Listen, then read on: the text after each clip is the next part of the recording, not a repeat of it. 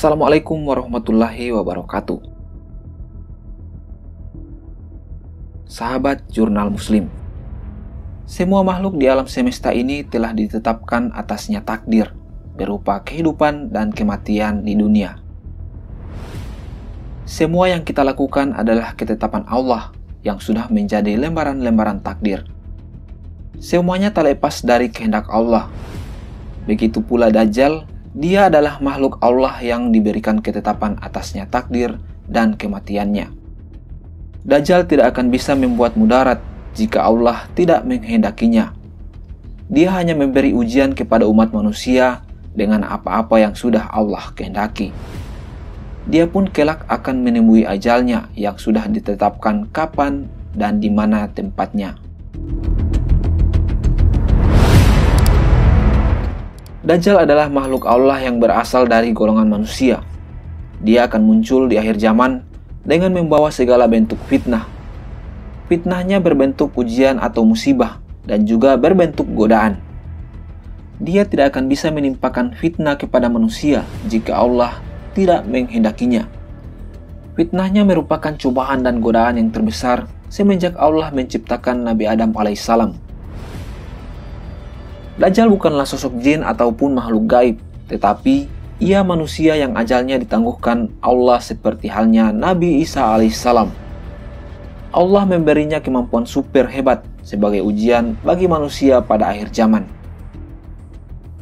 Rasulullah SAW telah memberi gambaran tentang ciri-ciri Dajjal.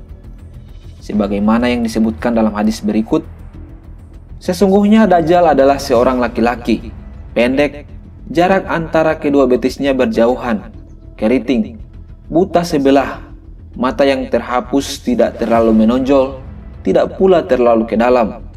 Maka jika dia melakukan keracunan atau mengaku sebagai Rob kepadamu, maka ketahuilah, sesungguhnya Rob kalian tidak buta sebelah. Hadis riwayat Abu Daud.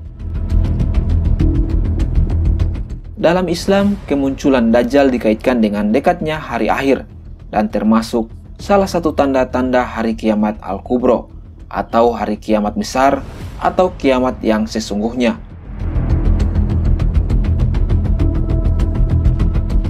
Dikisahkan Dajjal lahir di negeri Samirah atau Samaria, yaitu negeri kecil di wilayah Syam yang merupakan warisan Nabi Sulaiman alaihissalam.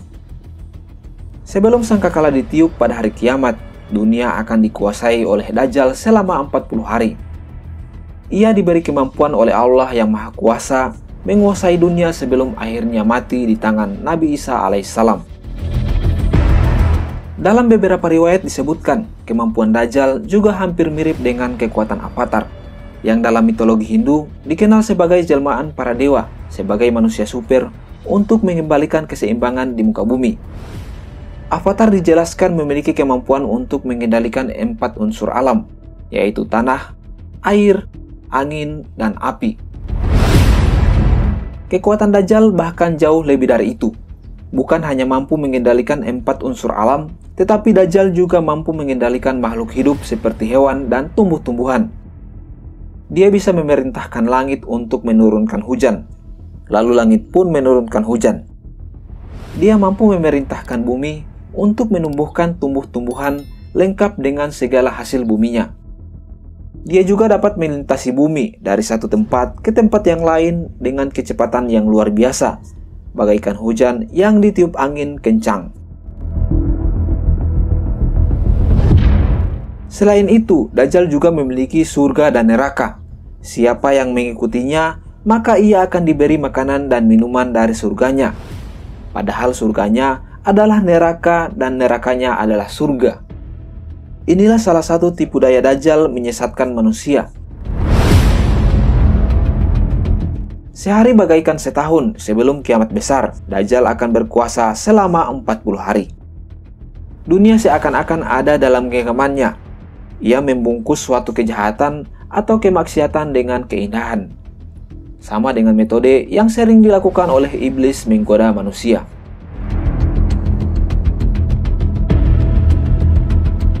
Tidak diketahui kapan keluarnya Dajjal di muka bumi. Lantaran turunnya Dajjal ada kaitannya dengan hari kiamat. Sedang hari kiamat sendiri, tidak ada yang mengetahui kapan terjadinya melainkan Allah Subhanahu wa Ta'ala.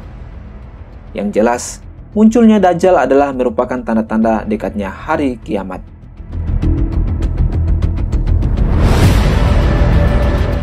Berdasarkan hadis Rasulullah SAW bahwa Dajjal akan keluar pertama kali di perbatasan antara wilayah Syam dan Irak. Sesungguhnya ia muncul di daerah perbatasan antara Syam dan Irak, sehingga berbuat kerusakan di kanan dan di kiri.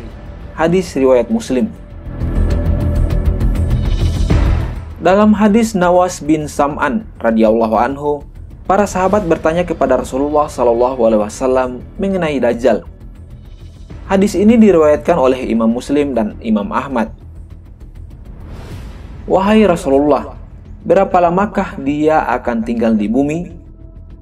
Rasulullah menjawab, selama 40 hari, sehari seperti setahun, sehari seperti sebulan, dan sehari seperti seminggu, dan hari-hari berikutnya sama seperti hari-hari kalian. Mereka kemudian bertanya, wahai Rasulullah, bagaimana kecepatan Dajjal berkeliaran di muka bumi? Rasulullah menjawab, bagaikan hujan yang diterbangkan oleh angin. Ia lewati sebuah perkampungan dan diajaknya mereka hingga mereka pun menerima. Lantas Dajjal memerintahkan langit menurunkan hujan. Dajjal perintahkan bumi mengeluarkan tumbuh-tumbuhan. Hewan-hewan ternak mereka juga mengandang sendiri dan punuknya lebih tinggi. Ukurannya lebih panjang dan air susunya lebih melimpah. Kemudian Dajjal melewati sebuah perkampungan dan penduduknya menolak petuah-petuahnya, sehingga harta kekayaan mereka mengikuti Dajjal pergi. Mereka pun ditimpa musim kemarau yang sangat dahsyat, sehingga mereka tak punya harta lagi. Kemudian Dajjal melewati sebuah perkampungan yang telah roboh dan berujar, tolong keluarkanlah harta karun yang ada padamu. Anehnya, harta karun itu tiba-tiba mengikutinya bagaikan lebah mengikuti ratunya. Kemudian Dajjal perintahkan untuk didatangkan seseorang dan dibunuh. Kemudian ia menyabetnya dengan pedang hingga jasadnya terpotong menjadi 2 bagian, bagaikan seseorang yang menjadi sasaran anak panah. Kemudian Dajjal memanggilnya atau menghidupkannya kembali. Tiba-tiba orang itu datang dengan wajahnya yang berseri-seri. Dengan kemampuan itu, ia bisa menghalang-halangi siapa saja yang ingin bersegera menuju jalan Allah dengan mendatangkan banjir, hujan deras, guntur, dan badai. Bukan dengan nasihat dan rayuan seperti yang dilakukan oleh iblis kepada Nabi Adam, tetapi dengan paksaan dan kekuatannya.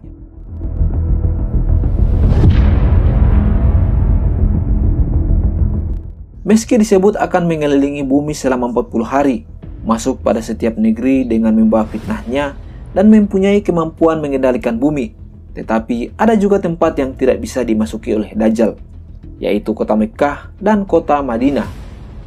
Karena semua jalan yang menuju ke tempat tersebut dijaga oleh malaikat dengan berbaris. Rasulullah SAW bersabda, tidak ada satu negeri pun melainkan semua diinjak oleh Dajjal, kecuali Mekkah dan Madinah. Semua jalan yang menuju ke sana dijaga oleh malaikat dengan berbaris. Maka berhentilah Dajjal di sebuah kebun di pinggir kota Madinah.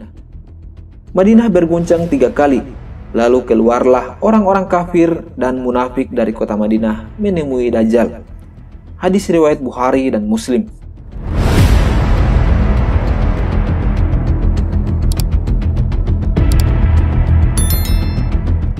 Demikianlah ukuran kekuatan Dajjal yang akan membawa fitnah menjelang hari kiamat untuk umat manusia.